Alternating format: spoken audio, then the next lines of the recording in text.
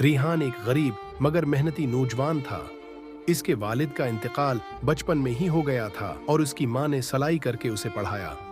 रिहान के ख्वाब बहुत बड़े थे मगर वसाइल कम। जब वो यूनिवर्सिटी होकर पहुंचा तो दिन भर पढ़ता और रात को मजदूरी करता। कई बार ऐसा हुआ कि भूखा सूना पड़ा मगर माँ की दुआओं ने इसे कभी हारने न दिया। एक दिन एक बड़ी कंपनी में नौकरी के लिए इंटरव्यू था मगर उसके पास अच्छे कपड़े तक न थे। माँ ने अपना वाहिद कीमती शाल निकाली और कहा, बेटा ये पहन कर जाना, किस्मत बदल जाएगी। रेहान मुस्कुराया, इंटरव्यू दिया और हैरत अंगेज तौर पर मुंतखब हो गया। जब वो घर आया तो माँ सजदे में रो रही, या अल्लाह तेरा शुक्र है, मेरे बेटे की मेहनत रंग ले आई। रेहान ने माँ को गले लगाया और कहा, माँ ये सब तेरी दुआ का नतीजा है। आज मैं जो कुछ भी हूँ तेरी कुर्बानियों की वजह से हूँ। सबक, माँ की दुआ कभी रायगा नहीं जाती और मेहनत कभी जाये नहीं होती।